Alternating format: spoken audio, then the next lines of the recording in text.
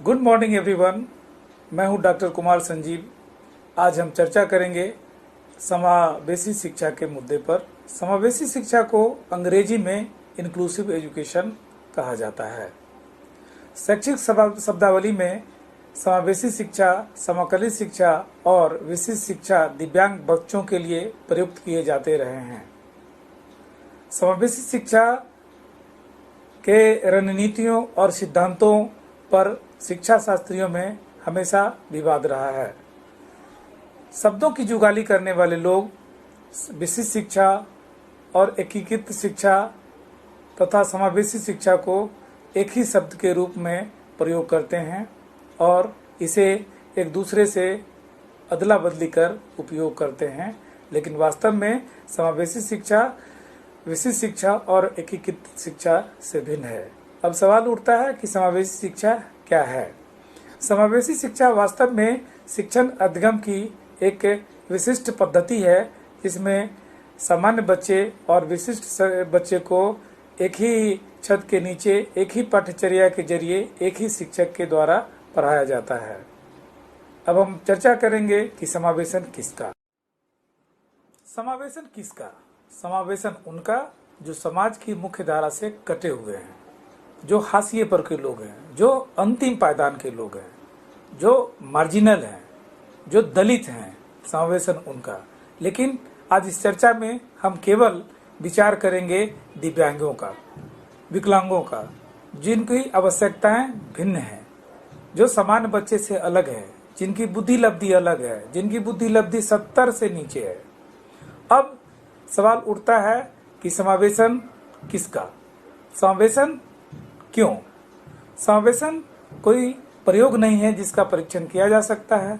यह एक मूल्य है जिसे आत्मसात किया जा सकता है। अंतर्राष्ट्रीय परिदृश्य पर अगर हम नजर दौड़ाएं तो हम पाते हैं कि समावेशी शिक्षा शब्द का पहली बार प्रयोग 90 के दशक में शुरू हुआ।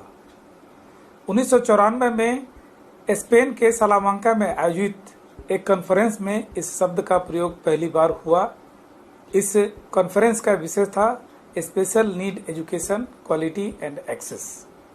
इस कॉन्फ्रेंस में विश्व के 92 देशों के सरकारों ने भाग लिया और 25 अंतर्राष्ट्रीय संगठनों ने हिस्सा लिया।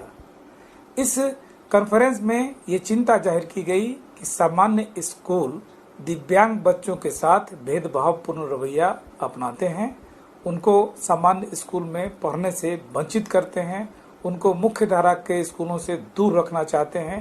तो पार्टिसिपेंट जितने देश थे उन लोगों ने चिंता जाहिर की कि अब इस मुद्दे पर कुछ नियम और कानून बना जाए, ताकि जो विश्व के 22% ऐसे बच्चे हैं, दिव्यांग बच्चे हैं, उनको समाज के मुख्य धारा के स्कूल में लाने के लिए कौन से सिद्धांत बनाए जाए, कौन सी रणनीतियां बनाई जाए, इस मुद्दे पर इन लोगों ने विचार विमर्श किया। सलामांका कॉन्फ्रेंस पर इस बात पर बल दिया गया कि सभी बालकों को प्राथमिक शिक्षा लेना एक मौलिक अधिकार है, जिसमें हमारे सभी दिव्यांग बालक शामिल हैं, जिनकी आबादी 22% के करीब है, और विकलांगता के आधार पर इन बच्चों को शिक्षा लेने से वंचित नहीं किया जा सकता है।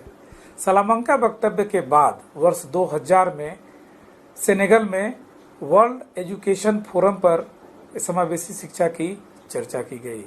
इसमें इस बात पर बल दिया गया कि विकलांगता के आधार पर किसी भी बालक को प्राथमिक शिक्षा से वंचित नहीं किया जा सकता, क्योंकि प्राथमिक शिक्षा सभी बच्चों का मौलिक अधिकार है, चाहे वह सामान्य बच्चे हों अथवा विकलांग बच्चे हों। डाकर सम्मेलन के बाद वर्ष 2006 में विकलांग व्यक्तियों के अधिकारों पर संयुक्त राष्ट्र कन्वेंशन आयोजित किया गया।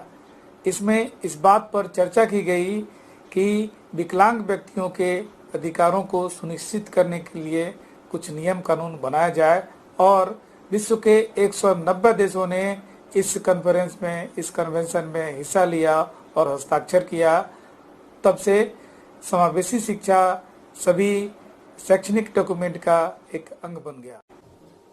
विशिष्ट शिक्षा भारत की शैक्षिक शब्दावली में अभी हाल ही में जुड़ी है। इसके पहले दिव्यांग बालकों को विशिष्ट स्कूलों में पढ़ाया जाता था। विशिष्ट स्कूल में विशिष्ट पाठ्यचर्या के जरिए विशिष्ट शिक्षक पढ़ाया करते थे। ये स्कूल हमारे समाज की मुख्य धारा से दूर अवस्थित हुआ करते थे। शिक्षक स्पेशली ट्रेंड होते थे। शिक्षकों के पास या तो बीएड या डिप्लोमा इन स्पेशल एजुकेशन की डिग्री होती थी। ऐसे शिक्षक को इटिनरेंट टीचर या संसाधन शिक्षक कहा जाता था। बाद के दिनों में यानी 70 के दशक में दिव्यांग बालकों को सामान्य विद्यालयों में समन्वित कर दिया गया। उसके बाद वर्ष 2000 में ऐसे बच्चों को समावेशी शिक्षा दी जाने लगी। अगर इतिहास के आईने में अगर हम जाके तो पता चलता है कि सर्जेंट कमीशन पहला कमीशन था जो दिव्यांग बालकों की शिक्षा पर चिंता जाहिर किया। इसमें चिंता जाहिर की गई कि दिव्यांग बालक हमारे मुख्य धारा की शिक्षा के अंग हैं, इनको मुख्य धारा से दूर किया जाना वाजिब नहीं है। अभी तक की जितनी भी सरकारें आई है उसने दिव्यांग बालकों की शिक्षा के लिए कुछ नहीं कहा, लेकिन अब जरूरत है कि ऐसे बालकों को हम समाज की मुख्य धारा में लाएं। इसके पश्चात 1966 में कोठारी कमीशन ने कहा कि ऐसे बच्चों को हम शिक्षा दीक्षा दें और ऐसे बच्चों को हम पड़ोस के विद्यालय में नामांकन कराएं ताकि वे हमारी समाज के मुख्य धारा में समाहित हो सकें। 1974 में केंद्र सरकार ने एक नई नीति जारी की जिसको समन्वित शिक्षा नीति कहा जाता है। समन्वित शिक्षा नीति के तहत दिव्यांग बालकों को सामान्य स्कूलों में नामांकन करा दिया गया। इनके लिए निःशुल्क किताबों की व्यवस्था की गई और कुछ वजीफे दिए गए। इसके अलावा कुछ नहीं किया गया। 1986 की नई शिक्षा नीति में भी ऐसे बालकों के शिक्षा के विषय पर चर्चा की गई है। उसमें कहा गया है कि दिव्यांग बालक जो है उनकी शिक्षा दीक्षा होनी चाहिए। ऐसे बालक जो हैं हमारी मुख्य धारा के अंग हैं और इनकी शिक्षा के लिए सरकार को व्यवस्था करनी चाहिए। 1986 की राष्ट्रीय शिक्षा नीति आने के बाद भारत में कई कानून बनाए जाने लगे, जिसमें सबसे पहला कानून था rehabilitation council of India act. Rehabilitation council of India act को हिंदी में राष्ट्रीय पुनर्वास परिषद कहा जाता है। राष्ट्रीय पुनर्वास परिषद अधिनियम के तहत राष्ट्रीय पुनर्वास परिषद का गठन किया गया। इसमें एक अध्यक्ष और एक सेक्रेटरी की व्यवस्था की गई और इसके साथ ही उसमें कई सदस्यों की नियुक्ति की गई।